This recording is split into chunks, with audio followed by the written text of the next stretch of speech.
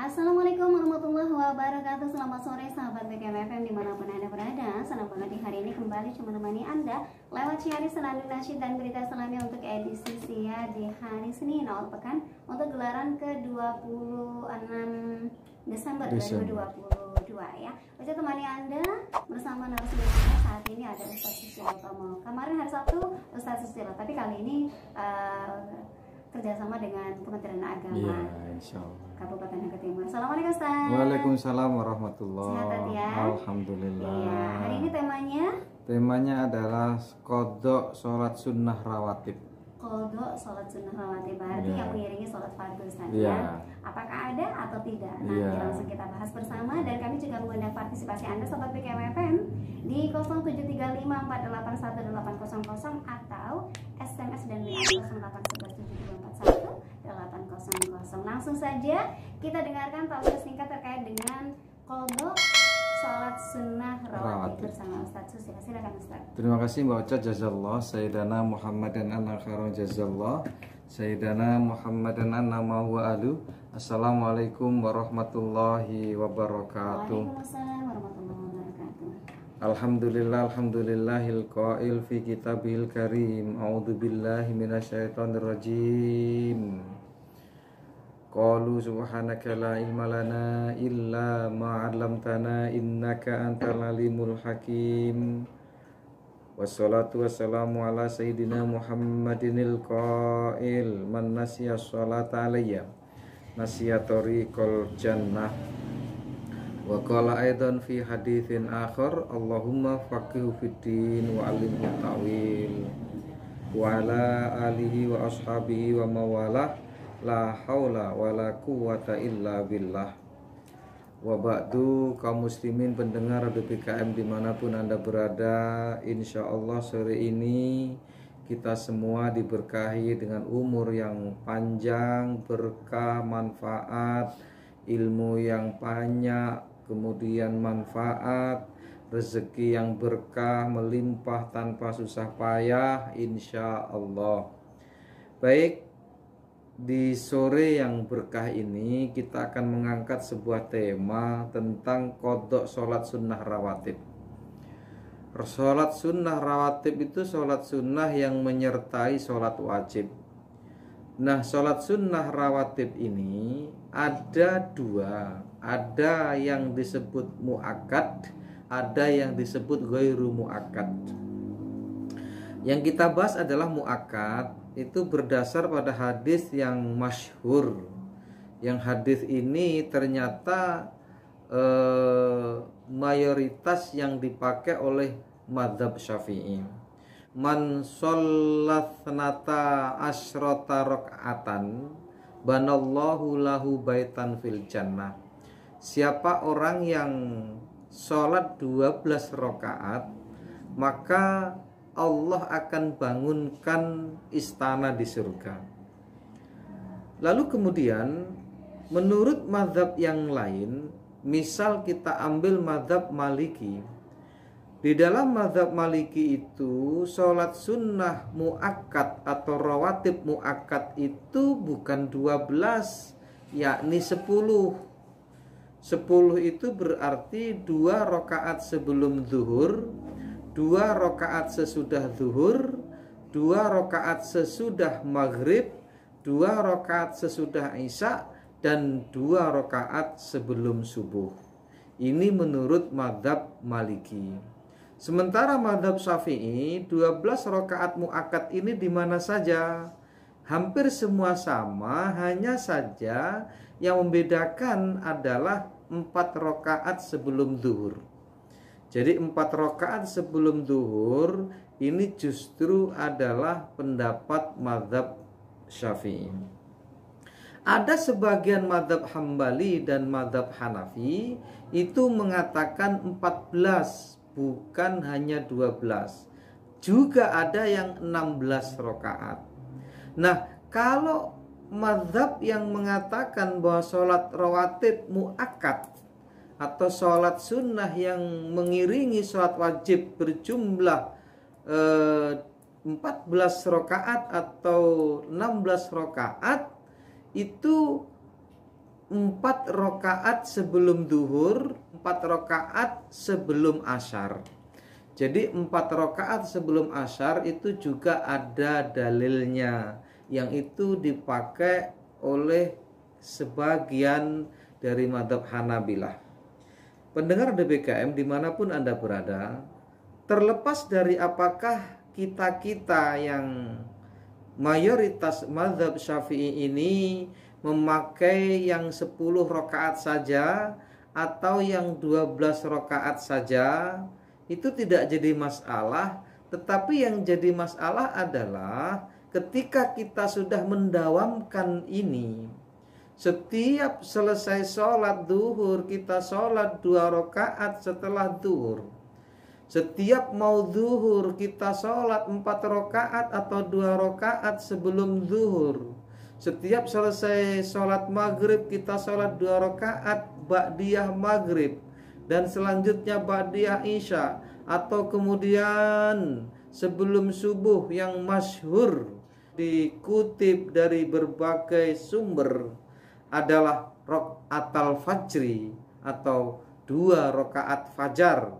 Meskipun pernah kita sampaikan bahwa sholat 2 rakaat fajar itu maknanya bisa 3. Bisa sholat subuh itu sendiri, bisa sholat qobliyah subuh, ataupun bahkan ada pemahaman sebagian ulama 2 rakaat fajar itu adalah memang benar-benar sholat fajar. Kita nggak akan bahas itu.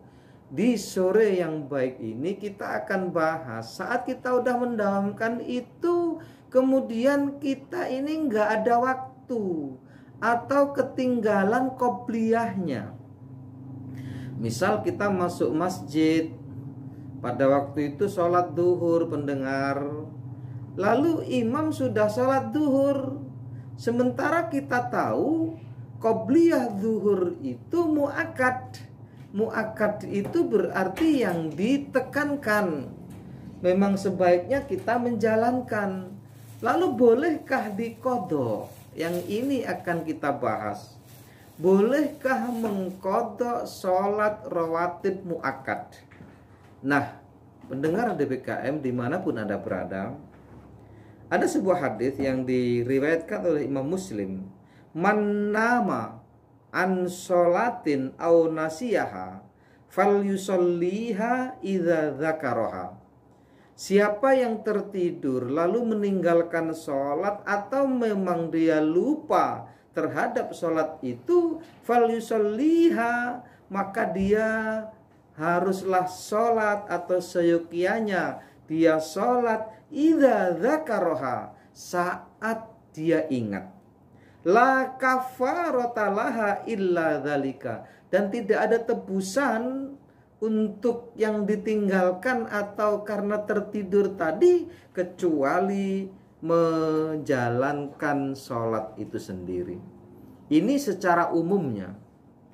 Dan sholat yang digambarkan dalam hadis ini pendengar DBKM bukan hanya sholat wajib. Maksudnya adalah imma wajiban au tatawuan. Jadi yang dimaksud dengan sholat di sini adalah sholat apa saja. Apakah sholat wajib, apakah juga sholat sunnah. Ini hadisnya hadis umum. Kita masuk lagi yang lebih terperinci. Ada sebuah hadis yang diriwayatkan oleh Imam At-Tirmidzi dari Aisyah, semoga Allah meridhoinya, annan Nabi sallallahu alaihi wasallam idza lam yusalli arba'an qabla dhuhri shallahunna ba'daha. Kata Aisyah bahwa sesungguhnya Nabi itu jika belum melakukan sholat 4 rakaat sebelum duhur, maka Rasul melakukan 4 rakaat sesudah duhur. Nah, ini barangkali yang kita orang-orang yang mungkin sekali maaf yang jarang melihat kitab-kitab fikih secara detail. Kalau fikihnya fikih kecil, memang tidak dijelaskan secara detail seperti ini. Dan ini terdapat di kitab namanya Tuhfatul Ahwad, Bisarhi Jami'it Tirmidzi. Jadi dalam kitab ini disebutkan bahwa Rasul pernah tidak melakukan sholat qobliyah duhur, lalu kemudian Rasul melakukannya setelah duhur. Dan itu masih dalam keadaan adaan. Artinya adaan itu ya usolinya tetap usoli adaan, walaupun diniatkan adalah qobliyah duhur. Artinya setelah sholat duhur, Rasul sholat qobliyah duhur dan ba'diyah duhur. Pendengar DBKM dimanapun Anda berada, barangkali yang baru mendengar hal demikian akan mengatakan, dan mungkin sebagian masih ragu, atau mungkin ini aliran apa dan sebagainya. Tidak, pendengar, hanya saja barangkali memang kita alfa atau mungkin belum membuka kitab-kitab itu. Jadi Aisyah menceritakan bahwa Rasul pernah belum sholat qobliyah duhur yang 4 rakaat, lalu kemudian melakukan sholat qobliyah duhur yang 4 rakaat itu di waktu setelah duhur. Nah, di dalam syarah kitab Tuhfatul Ahwad ini, wal hadithu, dan hadis yang seperti ini yadullu ala masyru'iyatil muhafadzah ala sunanil lati qoblal faraid. Hadis ini menunjukkan bahwa disyariatkannya atau syariat terus menjaga dan melestarikan sholat-sholat sunnah, yang sholat sunnah itu dilakukan sebelum yang wajib. Wala imtidadi waktiha, yang ini juga lamanya waktu mengerjakan, imtidad itu lamanya waktu mengerjakan, waktunya itu ila akhiril waktil faridoh, dilakukannya selagi masih ada waktu pada sholat itu. Misal begini, sholat duhur itu jam 12 sampai jam 3.30 misalnya. Kok dia belum sholat qobliyah duhur, maka dia melakukannya untuk qobliyah duhur sampai habis waktu sholat duhur. Berarti jam 12 sampai jam 3.30 itu masih disebut imtidadu waktiha. Kemudian wadzalika li annaha law kanat awqatuha takhruju bi fi'lil faraid, tetapi ketika melakukan sholat qobliyah duhurnya itu dilakukan keluar dari waktu duhur, bi fi'lil faraid lakana fi'luha ba'daha qada'an, maka orang yang melakukan demikian itu disebut qada'. Contoh begini, pendengar DBKM dimanapun Anda berada, sholat qobliyah duhur lupa, atau kalaupun toh nggak lupa, kita masuk masjid, imam sudah sholat duhur, dan kebiasaan kita itu selalu sholat qobliyah duhur. Nah, setelah duhur selesai, kita ada meeting atau mungkin ada, pokoknya tidak ada kesempatan untuk sholat ba'diyah duhur dan qobliyah duhur, dilakukan ba'diyah duhur. Lalu kemudian apa? Kita melakukannya ba'dal ashri, setelah sholat asar, maka itu disebut qada'. Jadi lakana fi'luha ba'daha qada'an, maka orang yang melakukan demikian disebut sholat qada' qobliyah duhur. Bagaimana? Usolli sunnatad duhri rok'ataini qobliyatan qada'an lillahi ta'ala. Jadi ada kalimat qada'an. Pendengar DBKM dimanapun Anda berada, artinya apa? Di dalam kitab ini disebutkan orang-orang yang memang membiasakan diri untuk melakukan qobliyah duhur atau mungkin qobliyah subuh, maka boleh mengqadanya atau boleh mengadanya di dalam waktunya atau di luar waktunya. Kalau di dalam waktunya itu masih ada, kalau di luar waktunya itu sudah disebut qada'. Kemudian di dalam kitab itu juga dilanjutkan untuk menggambarkan bahwa qobliyah sholat subuh itu pun boleh dilakukan setelah terbitnya matahari. Man lam yusalli rak'atal fajri fal yusalliha ba'dama tatlu asyamsu. Siapa yang belum melakukan sholat 2 rakaat fajar, maka dia seyogyanya melakukan kedua rakaat itu setelah terbitnya matahari. Dan ini di kitab Tuhfatul Ahfad tadi digambarkan bahwa mendorong kita atau mensugesti kita untuk melakukan sholat qobliyah subuh meskipun kita tidak bisa melakukannya tepat waktu karena lain hal atau hal-hal yang menjadikan kita tidak bisa melakukannya, maka boleh melakukan setelah sholat subuh atau bahkan setelah terbitnya matahari. Saat kita lakukan qobliyah subuh itu setelah sholat subuh, maka masih adaan. Tetapi begitu setelah terbitnya matahari, maka qodoan. Usolli sunnatas subhi rok'ataini mustaqbilal kiblati qodoan lillahi ta'ala.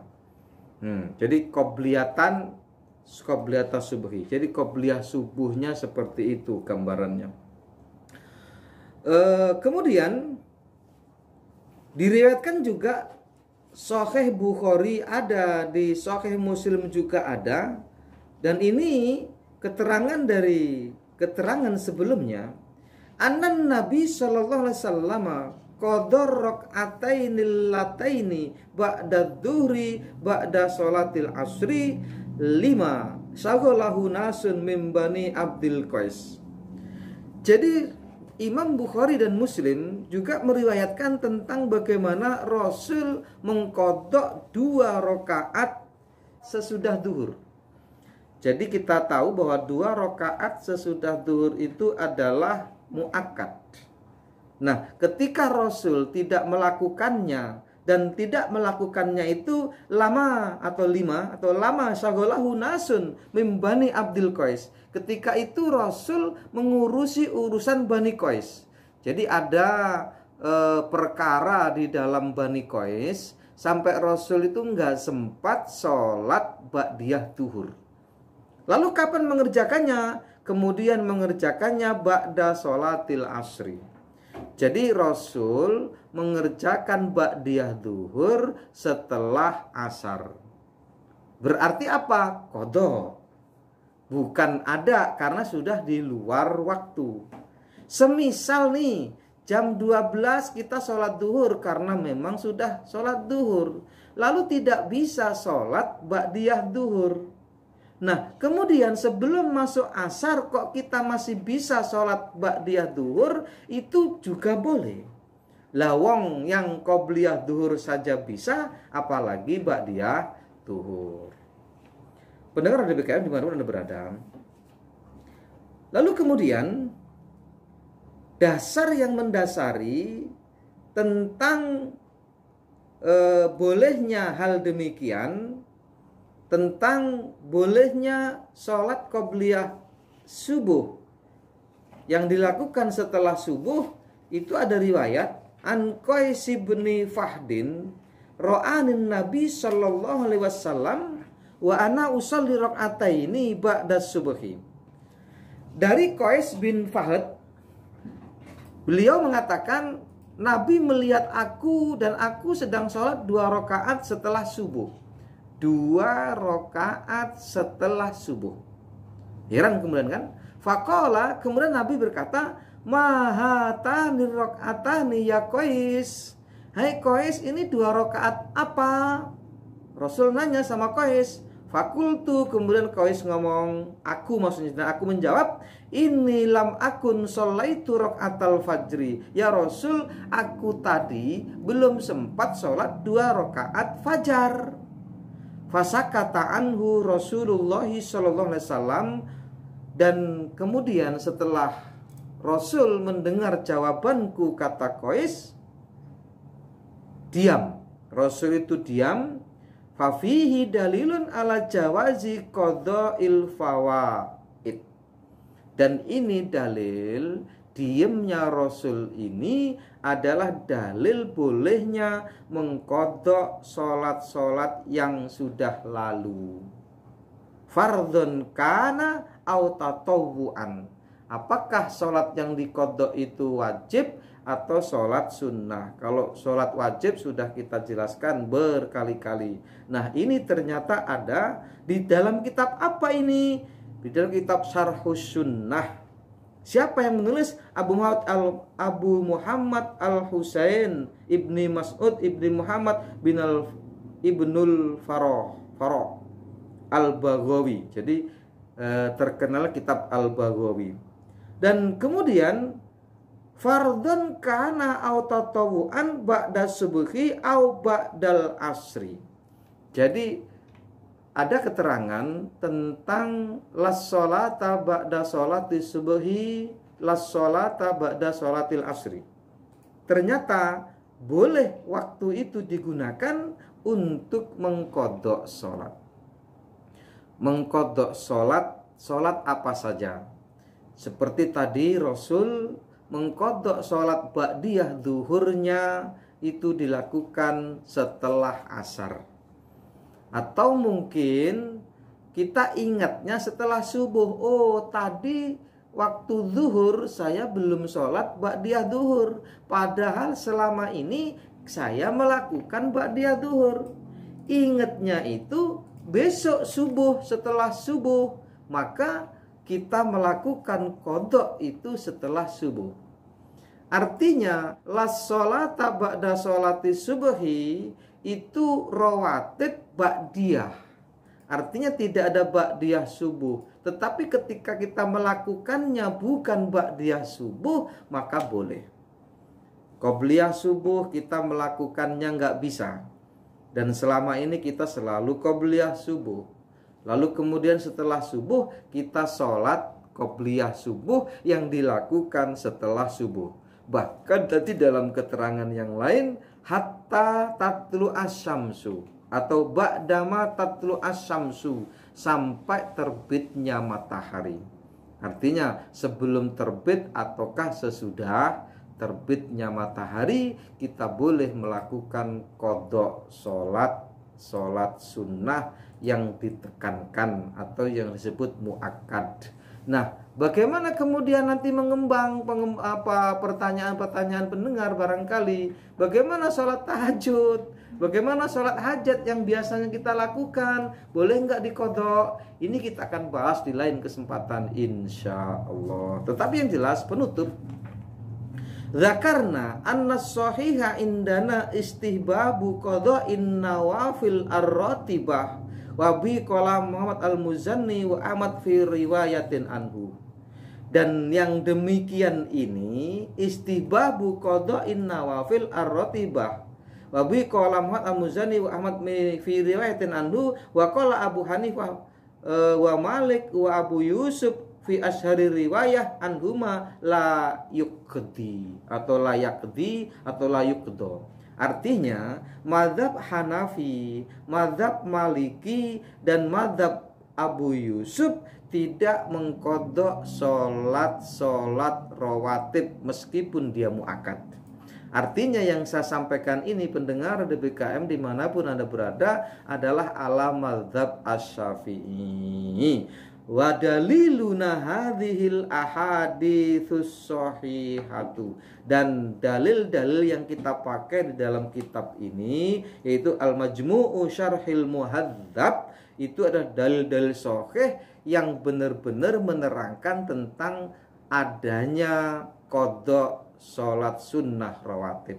Tetapi untuk mazhab Hanafi, Maliki dan Abu Yusuf itu tidak mensyariatkan atau tidak menekankan kepada pengikutnya untuk mengqadha sholat sunnah rawatib walaupun muakkad. Jadi yang kita sampaikan ini pendengar adalah mazhab Syafi'i, karena memang mayoritas di Indonesia bermadzhab mazhab Syafi'i. Insyaallah.